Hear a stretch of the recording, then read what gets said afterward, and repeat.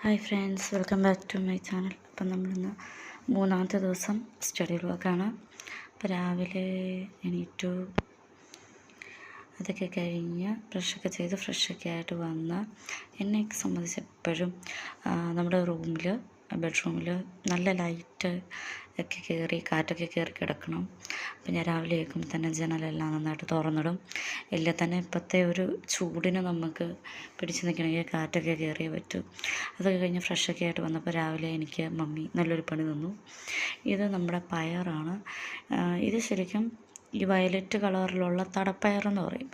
അങ്ങനത്തെ ഒരു പയറാണ്. നമുക്കിവിടെ കൃഷി ഉണ്ടായിരുന്നു. അപ്പം നമ്മളതിനായിട്ടുള്ള പയറാണ്. അത് കൃഷി തീർന്ന് പയർ പോകാറാകുമ്പോഴത്തേനും കുറേ പയർ മിച്ചം നമുക്ക് കിട്ടും. അപ്പോൾ നമുക്ക് കടയിലും കാര്യങ്ങൾക്കും ഒന്നും കൊടുക്കാൻ പറ്റത്തില്ലായിരിക്കും. അങ്ങനത്തെ പയർ ഓൾറെഡി അതേ കിടന്ന് തന്നെ ഉണങ്ങിപ്പോകും.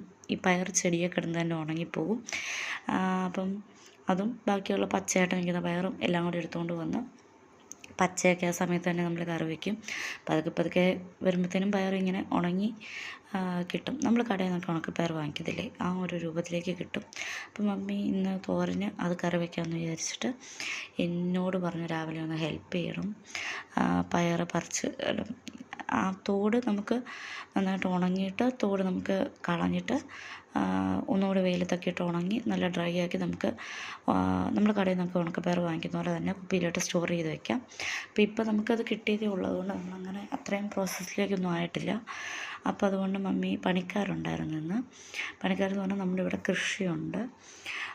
നമ്മുടെ ഉപജീവനമാർഗ്ഗം എന്ന് പറഞ്ഞാൽ തന്നെ കൃഷിയാണ്. അപ്പം അങ്ങനെ ഒരു ഇതുള്ളത് കൊണ്ട് അപ്പം ജോലിക്ക് ആൾക്കാർ വരുമ്പം നമ്മൾ അവരെ ഒരു നേരത്തെങ്കിലും ഫുഡ് ഉണ്ടാക്കി കൊടുക്കാറുണ്ട്. പണ്ടൊക്കെ 2 നേരം കൊടുക്കുമായിരുന്നു. വീണ്ടും അടുത്തൊക്കെയുള്ള സ്ഥലത്താണ് പണിയെങ്കിൽ നമ്മൾ 2 നേരവും കൊടുക്കും. ദൂരെയൊക്കെയാണ് ഉച്ചയ്ക്കായിരിക്കും കൊടുക്കുക. രാവിലെ ഒരു കടയിൽ നിന്ന് വാങ്ങിച്ചു കൊടുക്കുകയാണ് ചെയ്യുന്നത്. അപ്പോൾ അവർ പണിക്കാരുണ്ടായിരുന്നുകൊണ്ട് ഞാൻ മമ്മിക്ക് പയറൊക്കെ കൊടുത്തു. പിന്നെ വൈകുന്നേരം എൻ്റെ വീട്ടിൽ കൂടുതലും അച്ചാറിടുന്നത് ഞാനാണ് കേട്ടോ. ഞാനിടുന്ന അച്ചാറാണ് നല്ലതെന്ന് മമ്മി പറയും. അതുകൊണ്ട് എപ്പോഴും അച്ചാർ ഞാനങ്ങനെ അധികം പഠിത്തത്തിൻ്റെയൊക്കെ ഇടയിൽ ഇല്ല തന്നെ എനിക്കറിയില്ല. പഠിത്തത്തിൻ്റെയൊക്കെ ഇടയിൽ അത് പഠിക്കാനും ശ്രമിച്ചിട്ടില്ല.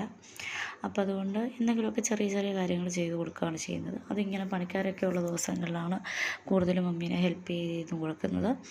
അപ്പോൾ ഞാൻ ഇന്നലെ തന്നെ മാങ്ങ നല്ല അരിഞ്ഞു വെച്ചിട്ടുണ്ടായിരുന്നു. അപ്പോൾ അതൊക്കെ ഒന്ന് അച്ചാറിട്ട് സെറ്റാക്കി വെച്ച് കൊടുത്തു. പിന്നെ മീൻ മമ്മി അന്നേരത്തേനും വെട്ടി ക്ലീൻ ചെയ്തൊക്കെ കൊണ്ടുവന്നിട്ടുണ്ടായിരുന്നു. കഴിഞ്ഞ ദിവസവും ഇന്നൊക്കെ ഒരേ സൈസ് മീനാണ് കിട്ടിയെന്ന് തോന്നുന്നു. അതുകൊണ്ട് ആ മീനൊക്കെ ഒന്ന് വറുത്ത് കൊടുത്തു. മമ്മി അടുത്ത കറി വയ്ക്കാൻ പോകുമ്പോൾ മീൻ കരിഞ്ഞു പോകാതിരിക്കാനായിട്ട് ഇങ്ങനെ മസാലയൊക്കെ പുരട്ടി തരും. അപ്പോൾ ജസ്റ്റ് ഒന്ന് കറക്റ്റായിട്ട് നോക്കി മറിച്ചൊക്കെ ഇട്ട് വറുത്ത് കൊടുത്താൽ മതി. അപ്പം അതൊക്കെ കഴിഞ്ഞ് പിന്നെ ഞാൻ ഉച്ചയ്ക്ക് ഫുഡ് കഴിക്കുന്നൊന്നും എടുത്തില്ല കേട്ടോ. കാരണം എന്ന് വെച്ച് കഴിഞ്ഞാൽ പെട്ടെന്ന് എല്ലാം ഹറിബറി ആയിരുന്നു. അവർക്കുള്ള ചോറ് മറ്റേ ഇലയിലൊക്കെ പൊതിഞ്ഞ് കെട്ടി കൊടുത്ത് വിട്ടു. അത് കഴിഞ്ഞിട്ടപ്പോൾ നമ്മൾ അവർക്ക് വേണ്ടി കൂടുതലെടുക്കുമല്ലോ. അപ്പോൾ ആ ചോറ് തന്നെ മിച്ചം ഉണ്ടായിരുന്നുകൊണ്ട് പെട്ടെന്ന് ഞാൻ ആ ചോറ് തന്നെ കഴിച്ചു. അത് കഴിഞ്ഞ് കുറച്ച് അല്ലറ വാഷ് ചെയ്യാനും പരിപാടികളൊക്കെ ഉണ്ടായിരുന്നതുകൊണ്ട് അങ്ങനെയൊക്കെ അങ്ങോട്ട് സമയം പോയി. പിന്നെ ഞാൻ അതൊക്കെ കഴിഞ്ഞ് വന്ന് കുറച്ച് നേരം കിടന്നു. വൈകുന്നേരം ചായയൊക്കെ കുടിച്ച് ഫ്രഷായി നേരത്തെ തന്നെ വന്ന് പഠിക്കാനായിട്ടിരുന്നു കേട്ടോ. അങ്ങനെയാണ് ഇന്ന് ചെയ്തത്. കാരണം ഭയങ്കര ചൂടാണ്. എനിക്ക് തോന്നുന്നു എല്ലാ ജില്ലയിലും തന്നെ മഴ പെയ്തു. ഞങ്ങളുടെ ജില്ലയിലും കോട്ടയത്താണ് മഴ പെയ്യുന്നതെങ്കിലും നമ്മുടെ ഈ സ്ഥലത്തോട് ഒട്ടും മഴ പെയ്തിട്ടില്ല. അതുകൊണ്ട് നല്ല പണിയാണ് കിട്ടിയത്. അപ്പോൾ അത് കഴിഞ്ഞിട്ട് വന്ന് ഞാൻ ആദ്യം ഇരുന്ന് മോക്ക് ടെസ്റ്റാണ് ചെയ്ത് നോക്കിയത്. അപ്പോൾ ഞാൻ വിചാരിച്ചു ഇപ്പോഴും നമ്മൾ നല്ല രീതിയിൽ മോക്ക് ടെസ്റ്റ് ചെയ്യുമ്പോഴായിരിക്കും എന്നെ സംബന്ധിച്ച് ഞാനിതുവരെ പഠിച്ച് വന്ന ഇതിൽ ഒട്ടും തന്നെ പ്രാക്ടീസ് ചെയ്യാത്തൊരു സംഭവമാണ് മോക്ക് ടെസ്റ്റ്. അപ്പോൾ എല്ലാവരും ഇങ്ങനെ പറഞ്ഞു കേട്ടിട്ടുണ്ട് മാക്സിമം മോക്ക് ടെസ്റ്റുകൾ അറ്റൻഡ് ചെയ്യുകയാണെങ്കിൽ അത് ഒരുപാട് ഹെൽപ്ഫുള്ളായിരിക്കും. അപ്പോൾ ഞാനിങ്ങനെ ഒരു പേപ്പർ എടുത്തിട്ട് ഞാൻ അവരുടെ ഇപ്പോൾ തൊഴിൽ വാർത്തയുടെ മോക്ക് ടെസ്റ്റാണ് ഞാൻ ചെയ്തുകൊണ്ടിരിക്കുന്നത്. അവരതിനുള്ള ആൻസർ കൊടുക്കാനുള്ള സ്ഥലം ഇട്ടിട്ടുണ്ടെങ്കിലും ഞാനതിൽ OMR ഷീറ്റിൽ ചെയ്യാറില്ല. എനിക്ക് OMR ഷീറ്റിൽ എക്സാമിന് ചെയ്യുന്നതിന് സ്പീഡ് കുറവോ കാര്യങ്ങളോ പ്രശ്നങ്ങളൊന്നും തോന്നിയിട്ടില്ല. അതുകൊണ്ട് ഞാനതിൽ അങ്ങനെ ചെയ്യാറില്ല. ഞാൻ വെറുതെ ഒരു പേപ്പർ എടുത്തിട്ട് 1-2 നമ്പറിട്ട് നമ്മൾ ABCD ഇട്ട് പോയിട്ട് ലാസ്റ്റ് ചെക്ക് ചെയ്യുകയാണ് ചെയ്യാറുള്ളത്. അപ്പോൾ 100 ക്വസ്റ്റ്യനൊക്കെ അറ്റൻഡ് ചെയ്ത് വരുമ്പോൾ നല്ലൊരു ടൈം എടുക്കും. ചിലപ്പോൾ മാത്സ് ഒക്കെ സ്കിപ്പ് ചെയ്യും. GK എങ്കിലും ഞാൻ കംപ്ലീറ്റ്ലി ചെയ്യും. അപ്പം ഇനി മുതൽ മാത്സ് കൂടെ കംപ്ലീറ്റ്ലി ചെയ്യണം. പണ്ട് ഇടയ്ക്കൊക്കെ അങ്ങനെ മോക്ക് ടെസ്റ്റ് ചെയ്യുമ്പോൾ എൻ്റെ ഒരു സ്ഥിരം പോരായ്മ അങ്ങനെയായിരുന്നു. GK ഇംഗ്ലീഷും പാട്ടും മലയാളം പാട്ടും ഒക്കെ കുറച്ച് ചെയ്ത് വിടും. മാത്സ് ചെയ്യാനുള്ള മടി കൊണ്ട് ചിലപ്പോൾ കുറയും. പക്ഷേ മാത്സിൻ്റെ ഇപ്രാവശ്യത്തെ സിലബസ് കൂട്ടിപ്പോൾ നിങ്ങൾക്കറിയാം, മാത്സിൻ്റെ മാർക്ക് മെയിൻസിൽ പോലും കൂട്ടുകയാണ് ചെയ്തിരിക്കുന്നത്. അതുകൊണ്ട് ഒട്ടും നമുക്ക് സ്കിപ്പ് ചെയ്യാതെ പഠിച്ചേ പറ്റുള്ളൂ. അങ്ങനെ മോക്ക് ടെസ്റ്റൊക്കെ അറ്റൻഡ് ചെയ്തു. പിന്നെ ഞാൻ മാത്സിൻ്റെ ഉറപ്പായിട്ടും ജെറിൻ സാറിൻ്റെ ക്ലാസ്സാണ് ഞാൻ ഫോളോ ചെയ്യുന്നത്. നിങ്ങൾക്കറിയാം, കഴിഞ്ഞ വീഡിയോസിലൊക്കെ ഞാൻ കാണിച്ചിട്ടുണ്ട്. അപ്പോൾ സാറിൻ്റെ ഇപ്രാവശ്യം സാറ് മെയിൻസിനും പ്രിലിംസിനുമായിട്ട് ടോപ്പ് വൈസ് ക്ലാസ്സൊക്കെ സാറ് എടുത്ത് ഇത് ചാനലിൽ കിടപ്പുള്ളതുകൊണ്ട് തന്നെ സാറ് 2020 ശേഷമുള്ള എല്ലാ ടോപ്പിക്ക് തിരിച്ച എല്ലാ ക്വസ്റ്റ്യൻസുമാണ് വീഡിയോസ് ഇട്ടുകൊണ്ടിരിക്കുന്നത്, പുതിയത് കറണ്ട് വീഡിയോസ്. അപ്പം ഞാൻ വിചാരിച്ചു ടോപ്പിക് ബേസുള്ള കുറേ ക്ലാസ്സൊക്കെ ഞാൻ സാറിൻ്റെ ഓൾമോസ്റ്റ് കൂടി കഴിഞ്ഞിട്ടുള്ളത് കൊണ്ട് ഈ ഒരു ഇത് ഫോളോ ചെയ്യാവുന്ന. അപ്പം എനിക്ക് പൊതുവേ പാടുള്ള ഒരു ടോപ്പിക്കാണ് കേട്ടോ നമ്മുടെ ഫസ്റ്റ് മാത്സിൻ്റെ സിലബസിലുള്ള ടോപ്പിക്ക് നമ്പേഴ്സ്. അതുകൊണ്ട് ഞാൻ ആ നമ്പേഴ്സിൽ നിന്ന് തന്നെ തുടങ്ങാമെന്ന് വിചാരിച്ചു. സാറും ഇപ്രാവശ്യം നമ്പേഴ്സിൽ നിന്നാണ് തുടങ്ങിയിരിക്കുന്നത്. നമ്പേഴ്സിൽ നിന്ന് 2 പാർട്ടായിട്ടാണ് സാറ് വീഡിയോ അപ്ലോഡ് ചെയ്തിരിക്കുന്നത്. ഫസ്റ്റ് വീഡിയോ തന്നെ 1.5 മണിക്കൂർ മേളിലുണ്ട്. പിന്നെ നമ്മൾ ഇപ്പം പഠിക്കുമ്പോൾ ടൈം എടുത്ത് പഠിക്കുക എന്നുള്ളതാണല്ലോ നമുക്ക് ചെയ്യാൻ പറ്റുക. റിവിഷൻ ടൈമിലൊന്നും നമുക്ക് അത്രയും ടൈം കിട്ടത്തില്ല. അപ്പോൾ നിങ്ങൾ നിങ്ങളുടെ സമയത്തിനനുസരിച്ച് പഠിക്കുക. പിന്നെ സെക്കൻഡ് വീഡിയോ എനിക്ക് തോന്നുന്നു ഒരു 2-2.5 മണിക്കൂറുണ്ട്. അപ്പോൾ ചിലപ്പോൾ 2-3 ദിവസം ഞാൻ നമ്പേഴ്സ് പഠിക്കാൻ ചാൻസ് ഉണ്ട്. കാരണം മറ്റ് ടോപ്പിക്സ് ഇപ്പോൾ ക്ലോക്ക്, പെർസെൻറ്റേജ്, ഇങ്ങനെയുള്ള ടോപ്പിക്സൊക്കെ ഞാൻ ഒരുവിധം കവർ ചെയ്ത് വെച്ചിരിക്കുന്നത്. അതുകൊണ്ട് എനിക്ക് ടൈം കൂടുതൽ വേണ്ട. നമുക്കൊന്ന് റിവിഷൻ ചെയ്യുമ്പോൾ ഓർമ്മ കിട്ടും. എപ്പോഴും ഈ ഒരു പ്രാവശ്യത്തെ എൻ്റെ ഒരു സ്റ്റഡി പ്ലാൻ അങ്ങനെയാണ്. അപ്പം പുതിയതായിട്ട് തുടങ്ങുന്നവർക്ക് അങ്ങനെ പറ്റത്തില്ലായിരിക്കും. വീക്ക് പോയിൻറ്റ്സ് കൂടുതൽ ഇമ്പോർട്ടൻസ് കൊടുത്ത് പഠിക്കുക. പുതിയതായിട്ട് പഠിക്കുന്നവരാണെങ്കിൽ പോലും നമുക്കെപ്പോഴും അങ്ങനെയാണല്ലോ, നമ്മുടെ ഒരു എളുപ്പമുള്ള ടോപ്പിക്സ് നമ്മൾ പെട്ടെന്ന് കവർ ചെയ്തു പോകും. വീക്ക് പോയിൻറ്റ്സ് ഇങ്ങനെ നമുക്ക് പറ്റൂ. അതുകൊണ്ട് ഞാൻ ആ ഒരു രീതി ചെയ്തു. പണ്ട് ഞാൻ മുമ്പൊരു വീഡിയോസ് പറഞ്ഞിട്ടുണ്ടെന്ന് എനിക്ക് തോന്നുന്നു. പണ്ട് ഞാൻ ക്വസ്റ്റ്യൻ എഴുതി ആൻസർ അവിടെ തന്നെ വർക്കൗട്ട് ചെയ്ത് വിടുന്ന ഒരു ഫോളോ അപ്പ് രീതിയായിരുന്നു ഉണ്ടായിരുന്നത്. ഇപ്രാവശ്യം മുതൽ ഞാനത് മാറ്റിയിട്ടുണ്ട്. ഞാൻ ക്വസ്റ്റ്യൻസ് എല്ലാം നമ്പറിട്ട്, ക്വസ്റ്റ്യൻസും അതിൻ്റെ ഓപ്ഷൻസും നമ്പറിട്ട്, നമ്മൾ ഇപ്പം തൊഴിൽ വാർത്തയിലൊക്കെ വരുന്ന പോലെ മോക്ക് ടെസ്റ്റിനൊക്കെ വരുന്ന പോലെ അത് സെറ്റ് തിരിച്ചെഴുതി പോവുക. 2-3 പേപ്പർ വിട്ടിട്ട് നമ്മൾ അതിൻ്റെ ആൻസർ ചെയ്യാൻ തുടങ്ങുക എന്നുള്ളൊരു രീതിയാണ് ഞാനിപ്പോൾ സ്വീകരിച്ചിരിക്കുന്നത്. അപ്പോൾ നമുക്ക് റിവിഷൻ്റെ ടൈമിൽ ഓടിച്ച് നോക്കണമെങ്കിൽ ഒന്ന് ഓടിച്ച് നോക്കിയിട്ട് ടെസ്റ്റ് പോലെ, മാത്സിൻ്റെ ടെസ്റ്റ് പോലെ നമുക്ക് ഈ ഫസ്റ്റ് പേജുകളിൽ ക്വസ്റ്റ്യൻ മാത്രം കിടക്കുകയാണെങ്കിൽ ഓപ്ഷൻസ് വെച്ച് നമുക്കത് ചെയ്തു പോകാമല്ലോ. അതുകൊണ്ട് അങ്ങനെയാണ് ഇപ്രാവശ്യം മുതൽ പഠിക്കാനായിട്ട് ചെയ്തിരിക്കുന്നത്.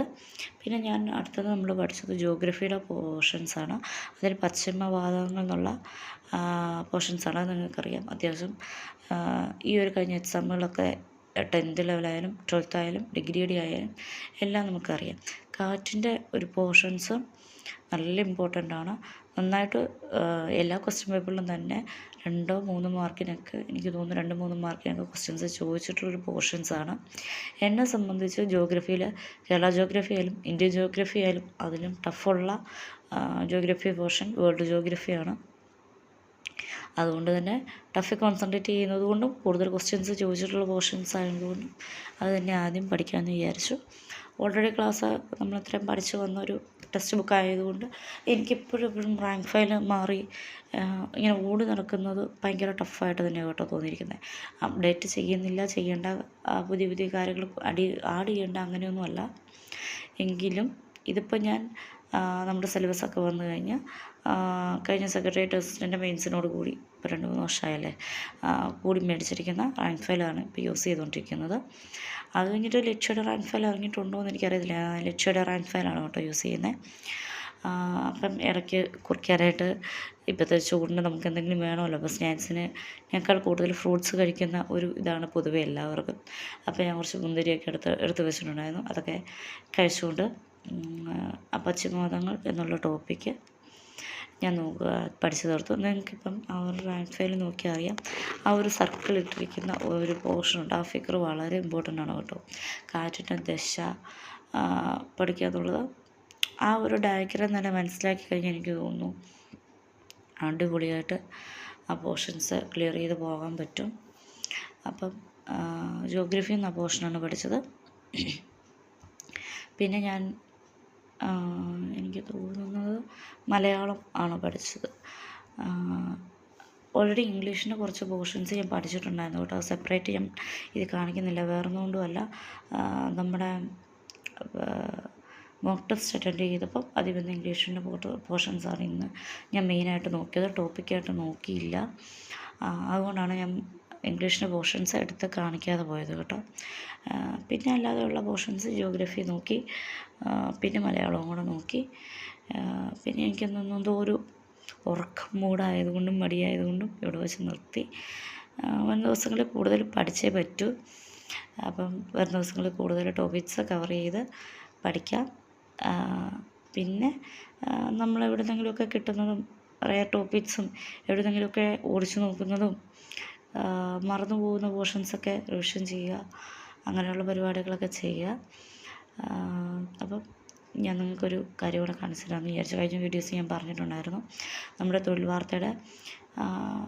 വാർത്ത നമ്മളിങ്ങനെ വാങ്ങിച്ചു പോകുമ്പോൾ പഴയതായി കഴിയുമ്പോൾ പിന്നെ അതിൽ കുറേ പേജസ് നമുക്ക് ഉപയോഗം വരത്തില്ലല്ലോ.